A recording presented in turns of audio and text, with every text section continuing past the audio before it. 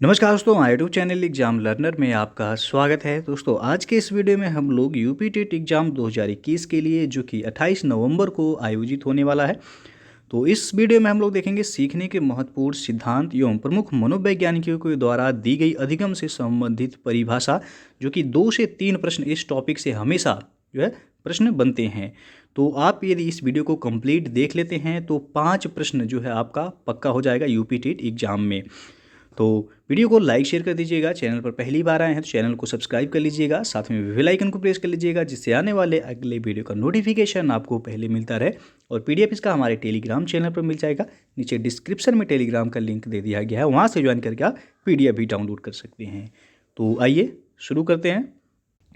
दोस्तों अनअकैडमी पर जो है यूपी पीसीएस मेंस के लिए जो है बैच यहाँ पे शुरू कर दिया गया है 10 नवंबर से लेके। आप देख सकते हैं यहाँ पे बैचेज जो शुरू कर दिए गए हैं 10 नवंबर से 2 मंथ का ड्यूरेशन है आपका मेन सेंसो राइटिंग बैच, जो कि जीएस पेपर फर्स्ट के लिए है। उसके बाद सेकेंड पेपर के लिए आप देख सकते हैं 11 नवंबर से शुरू हो रहा है और ये भी 2 मंथ का जो है कोर्स का ड्यूरेशन है। उसके बाद आपका 10 नवंबर से शुरू हो रहा है जीएस पेपर थर्ड, जो कि ये भी आपका 1.5 मंथ का ही है। और यूपी पीसीएस मेंस हिंदी और एसए का बैच 12 नवंबर से शुरू किया जा रहा है और 27 अक्टूबर से जो है ये आपका शुरू हो गया है मेंस का answer writing batch GS paper fourth के लिए। तो आप जो है इनरोल हो सकते हैं, नीचे डिस्क्रिप्शन में इसका लिंक दे दिया गया है, वहाँ से जाके आप चेक कर सकते हैं और आप इसे जो है ज्वाइन कर सकते हैं। सब्सक्रिप्शन लेते समय हमारा रेफरल कोड एग्जाम लर्नर जरूर यूज कीजिएगा, जिससे आपको जो है 10% का डिस्काउंट भी देखने को मिलेगा। तो ये रेफरल कोड आप जरूर यूज कीजिएगा। दोस्तों अनअकैडमी पे अभी मेगा सब्सक्रिप्शन ऑफर चल रहा है। यदि आप जो है 12 मंथ का सब्सक्रिप्शन लेते हैं तो 2 मंथ का फ्री सब्सक्रिप्शन आपको दिया जा रहा है। नीचे डिस्क्रिप्शन में लिंक दे दिया गया है, वहाँ से जाके आप चेक कर सकते हैं। यदि आप यूपीपीएससी या फिर यूपी ट्रिपल एससी किसी भी एग्जाम की प्रिपरेशन करना चाहते हैं तो आप अनअकैडमी लर्निंग प्लेटफॉर्म से जुड़ के अपनी तैयारी को बेहतर तरीके से कर सकते हैं।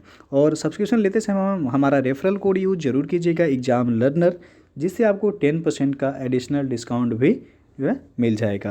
तो जो है ये ऑफ़र जो है आपका 16 और 17 नवंबर के लिए ही वैलिड है, तो जल्द से जल्द जो है आप जुड़ सकते हैं। तो आप देख सकते हैं सीखने के महत्वपूर्ण सिद्धांत दिए गए हैं। इसमें सबसे पहले है सिद्धांत और उसके बाद दिया गया है प्रवर्तक, यानी कि किस मनोवैज्ञानिक के द्वारा यह सिद्धांत दिया गया है। तो पहला है इसमें उद्दीपक अनुक्रिया सिद्धांत, जिसे एएसआर बॉन्ड कहते हैं, यानी कि स्टिमुलस रिस्पांस थियरी भी कहा जाता है। और ये दिया गया है एडवर्ड एल थॉर्नडाइक के द्वारा। काफ़ी महत्वपूर्ण है, याद रखिएगा। यदि पूछा है एएसआर बॉन्ड किसके द्वारा दिया गया है, यानी कि स्टिमुलस रिस्पांस यानी कि उद्दीपक अनुक्रिया सिद्धांत, तो एल थॉर्नडाइक के द्वारा ये दिया गया है। अगला है क्रिया प्रसूत अनुबंधन सिद्धांत, जिसे आरएस थ्योरी कहा जाता है और ये बीएफ स्किनर के द्वारा दिया गया। दोनों अपोजिट है। एस आर यदि पूछा जाएगा तो थॉर्नडाइक का है और आरएस यानी कि क्रिया प्रसूत अनुबंधन सिद्धांत किसका है, तो यह स्किनर का है। उसके बाद है अनुकूलित अनुक्रिया सिद्धांत, ये आपका पावलाव का है। उसके बाद है समीपता का अनुबंधन सिद्धांत, ये एडविन रे गुथरी का है। और अगला है प्रबलन सिद्धांत, जिसे पुनर्वलन का सिद्धांत भी कहा जाता है, ये क्लार्क एल हल का है। फिर है चिन्ह अधिगम सिद्धांत, तो चिन्ह अधिगम सिद्धांत किसका है, यह है टालमैन का। और सूझ का सिद्धांत या अंतर्दृष्टि अधिगम सिद्धांत, ये है कोहलर का। काफ़ी महत्वपूर्ण है। सूझ का सिद्धांत या अंतर्दृष्टि अधिगम सिद्धांत पूछा जाए किसका है, तो कोहलर के द्वारा यह सिद्धांत दिया गया है।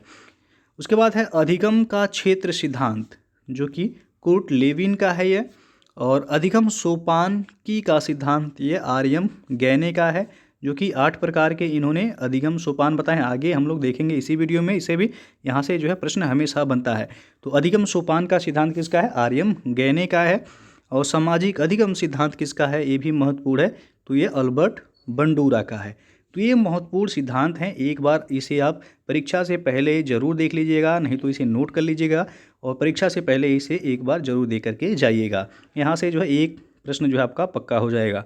फिर आगे देखते हैं हम लोग अधिगम सोपानकी का सिद्धांत, जो कि आर्यम गैने के द्वारा यह दिया गया है। आप देख सकते हैं यहाँ पे आर्यम गैने ने अधिगम की प्रकृति को समझने के लिए अधिगम सोपानकी नाम जो है नूतन शब्दावली का प्रयोग किया है। तो यदि पूछा जाए अधिगम सोपानकी का सिद्धांत किसका है, तो आर्यम गैने का है। एक प्रश्न यहीं से बन जाएगा। फिर है आर्यम गैने ने अधिगम सोपानकी को कितने वर्गों में वर्गीकृत किया है, तो 8 वर्गों में इन्होंने वर्गीकृत किया है, नीचे हम लोग देखेंगे। फिर है और अधिगम सोपानकी के 8 वर्गों में एक जो है स्वस्पष्ट अंतर्निहित क्रम समाहित है और इसकी मुख्य विशेषता है सरल से जटिल। तो सबसे पहला आप देख सकते हैं यहाँ पे संकेत अधिगम है। संकेत अधिगम सबसे पहले है, उसके बाद है उद्दीपन अनुक्रिया अधिगम, फिर है श्रृंखला अधिगम, फिर है शाब्दिक अधिगम, उसके बाद है बहुविभेदन प्रत्यय सिद्धांत, फिर है समस्या समाधान। तो 8 वर्गों में वर्गीकृत किया गया अधिगम सोपानकी को, किसके द्वारा? तो आर्यम गैने के द्वारा, जो कि सरल से जटिल की ओर है यह। फिर है अगला, अधिगम को प्रभावित करने वाले महत्वपूर्ण कारक।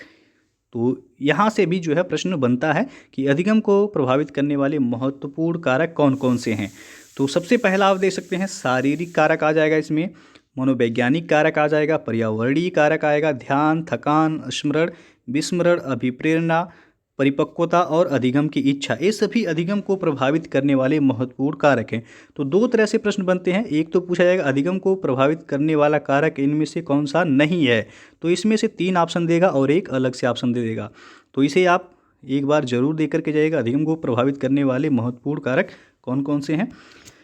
फिर अगला है आपका सूझ या अंतर्दृष्टि का सिद्धांत। तो आप जानते हैं यह किसके द्वारा दिया गया है?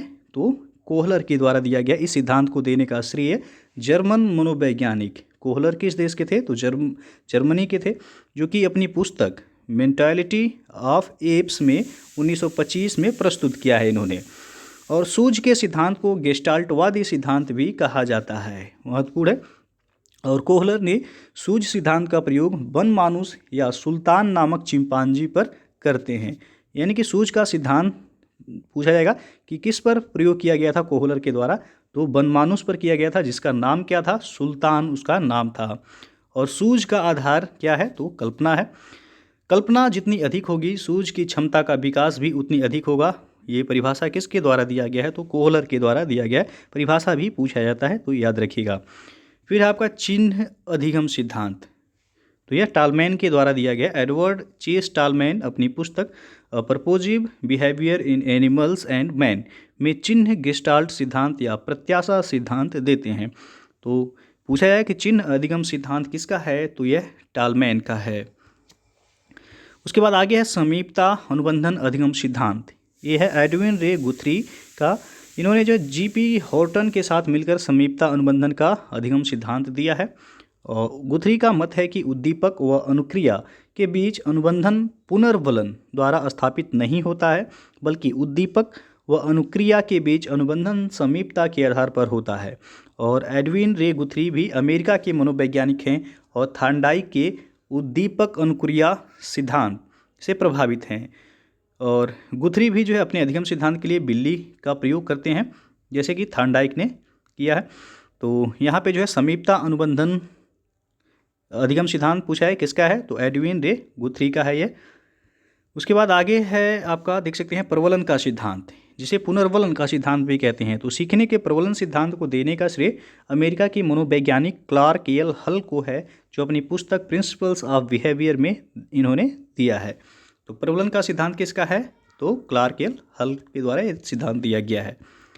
अगला है प्रवलन सिद्धांत को कई अन्य नामों से भी जाना जाता है, जैसे जैविकीय अनुकूलन सिद्धांत, परिकल्पित निगमन सिद्धांत, गणितीय सिद्धांत, आवश्यकता अवकलन सिद्धांत। इन नामों से प्रवलन का सिद्धांत जो है जाना जाता है। क्लार्क एल हल जो कि पुनर्वलन पर अधिक जोर देते हैं, और यह सिद्धांत थार्नडाइक और पावलोव के सिद्धांतों पर आधारित है। और क्लार्क एल हल अपने सीखने के सिद्धांत को स्वयं सिद्धों एवं प्रमेयों के द्वारा प्रस्तुत किया है इन्होंने। तो प्रवलन का सिद्धांत दिया जाएगा कि जो है किन नामों से जाना जाता है। तो आप देख सकते हैं यहाँ पे 4 नाम हैं, जैविकीय अनुकूलन सिद्धांत, परिकल्पित निगमन सिद्धांत, गणितीय सिद्धांत, आवश्यकता अवकलन सिद्धांत के नाम से भी जाना जाता है। अब आगे बढ़ते हैं अधिगम के सिद्धांत। तो ये काफ़ी महत्वपूर्ण है, हमेशा क्वेश्चन यहाँ से बनते हैं। तो सबसे पहला आप देख सकते हैं क्रिया प्रसूत अनुबंधन का सिद्धांत या क्रिया प्रसूत अधिगम सिद्धांत। सक्रिय अनुकूलन का सिद्धांत के प्रवर्तक कौन है? तो अमेरिकी मनोवैज्ञानिक BF स्किनर थे। और मनोवैज्ञानिकों ने अनुबंधन को 2 वर्गों में बांटा है, एक तो है क्लासिकी अनुबंधन, दूसरा है साधनात्मक अनुबंधन। क्लासिकी अनुबंधन से रूसी मनोवैज्ञानिक इवान पी पावलोव का संबंध है, और इनके द्वारा ये सिद्धांत भी दिया गया है क्लासिकल अनुबंधन का। जबकि साधनात्मक अनुबंधन का संबंध थार्नडाइक और बीएफ स्किनर से है। तो स्किनर का सिद्धांत याद रखिएगा क्रिया प्रसूत अनुबंधन का सिद्धांत है, या इसे कहते हैं क्रिया प्रसूत अधिगम सिद्धांत और सक्रिय अनुकूलन का सिद्धांत, इन नामों से भी जाना जाता है। तो याद रखिएगा किसका है, बीएफ स्किनर का है। और क्लासिकी अनुबंधन में सीखने को जो है प्रक्रिया में सीखने वाले की भूमिका लगभग निष्क्रिय रहती है। जैसे कि पावलोव के प्रयोग में कुत्ता जो है लार निकालने से पूर्व भोजन के आने या घंटी की आवाज़ यानी कि संकेत का इंतजार करता है। तो पावलोव ने जो है किस जानवर पर प्रयोग किया है, तो कुत्ते पर पावलोव के द्वारा प्रयोग किया गया था। और पावलोव के जो सिद्धांत का नाम है क्लासिकल अनुबंधन का सिद्धांत है। फिर अगला है आपका उद्दीपक अनुक्रिया सिद्धांत या संबंधवाद का सिद्धांत, या इसे कहते हैं प्रयास एवं त्रुटि का सिद्धांत, या ESR थ्योरी यानी कि स्टिमुलस रिस्पॉन्स थ्योरी के नाम से जाना जाता है, जो कि थार्नडाइक के द्वारा दिया गया है। तो उद्दीपक अनुक्रिया सिद्धांत का प्रतिपादन एडवर्ड एल थार्नडाइक ने अपनी पुस्तक एनिमल इंटेलिजेंस में और शिक्षा मनोविज्ञान में किया था।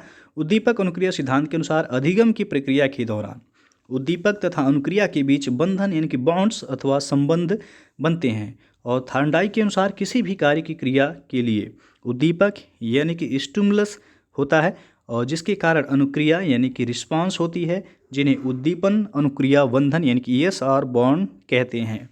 तो ESR बॉन्ड पूछा है किसके द्वारा दिया गया है, तो यह थार्नडाइक के द्वारा दिया गया है।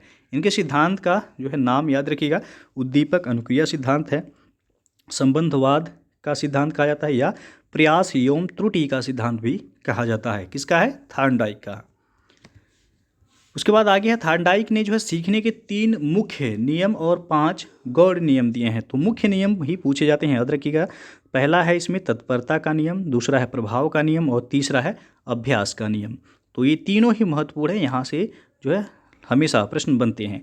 थार्नडाइक के सीखने के 3 मुख्य नियम कौन कौन से हैं, पहला तत्परता का नियम, दूसरा प्रभाव और तीसरा है अभ्यास का नियम। अब अगला है, आप देख सकते हैं यहाँ पे तत्परता के नियम का सिद्धांत किसने दिया था, प्रश्न बन जाएगा। एडवर्ड एल थार्नडाइक ने दिया था ये। और बिल्ली पर अधिगम सिद्धांत की खोज किसने की थी, तो थार्नडाइक के द्वारा ही किया गया। और थार्नडाइक कहाँ के मनोवैज्ञानिक थे, अमेरिका के थे ये। प्रभाव का नियम किसने दिया, थार्नडाइक ने दिया। अभ्यास एवं त्रुटि का सिद्धांत किसने दिया, तो थार्नडाइक ने दिया था। संबंधवाद का सिद्धांत किसने दिया, बताया गया है थार्नडाइक का ही है ये भी। सीखने के लिए किस तत्व का होना आवश्यक है, तो प्रेरणा का होना आवश्यक है। और सीखने के लिए कौन सा तत्व केंद्रीय तत्व है, तो वह है पुनर्वलन। उसके बाद आगे है, आप देख सकते हैं कि यहाँ पे ये ब्लेयर और जोन्स सिम्पसन ने कहा है, ये परिभाषा है कि व्यवहार में कोई भी परिवर्तन जो कि अनुभवों का परिणाम है और जिसके फलस्वरूप व्यक्ति आने वाली स्थितियों का भिन्न प्रकार से सामना करता है, सीखना या अधिगम कहलाता है। तो ये अधिगम का परिभाषा पूछा जाएगा किन के द्वारा दिया गया है, तो ब्लेयर, जोन्स और सिम्पसन के द्वारा ये परिभाषा दिया गया है। स्किनर का परिभाषा क्या है, तो प्रगतिशील व्यवहार व्यवस्थापन की प्रक्रिया को ही अधिगम कहते हैं। ये पहला परिभाषा है उनका। दूसरा दिया गया है कि अधिगम व्यवहार में उत्तरोत्तर अनुकूलन की प्रक्रिया है। तो ये 2 परिभाषा दिया गया है स्किनर के द्वारा। उसके बाद JP गिलफोर्ड के द्वारा जो परिभाषा दिया गया है, व्यवहार के कारण व्यवहार में आया कोई भी परिवर्तन क्या है, अधिगम है। तो ये JP गिलफोर्ड के द्वारा दिया गया है। उसके बाद जो महत्वपूर्ण है यहाँ पे क्रो एवं क्रो के द्वारा जो परिभाषा दिया गया है, आदतों, ज्ञान तथा अभिवृत्तियों का अर्जन ही क्या है, अधिगम है। ये क्रो एवं क्रो के द्वारा परिभाषा दिया गया है। उसके बाद अगला है एडविन रे गुथरी के अनुसार अधिगम किसी परिस्थिति में भिन्न ढंग से कार्य करने की क्षमता है जो कि परिस्थिति के अनुसार पूर्व अनुभवों के कारण आती है। तो दोस्तों ये था आपका जो है अधिगम से संबंधित महत्वपूर्ण सिद्धांत एवं परिभाषाएं, जो कि हमेशा 2 से 3 प्रश्न जो है एक अधिगम सिद्धांत से पूछ लिए जाते हैं और परिभाषा से। तो कुल करीब जो है 5 प्रश्न इस वीडियो से जो आपको कंप्लीट हो गए होंगे। तो वीडियो यदि अच्छा लगा हो तो लाइक शेयर कर दीजिएगा। चैनल को अभी तक आप सब्सक्राइब नहीं किए हैं तो चैनल को सब्सक्राइब कर लीजिएगा, साथ में बेल आइकन को प्रेस कर लीजिएगा, जिससे आने वाले अगले वीडियो का नोटिफिकेशन आपको पहले मिलता रहे। तो वीडियो को पूरा देखने के लिए बहुत बहुत धन्यवाद।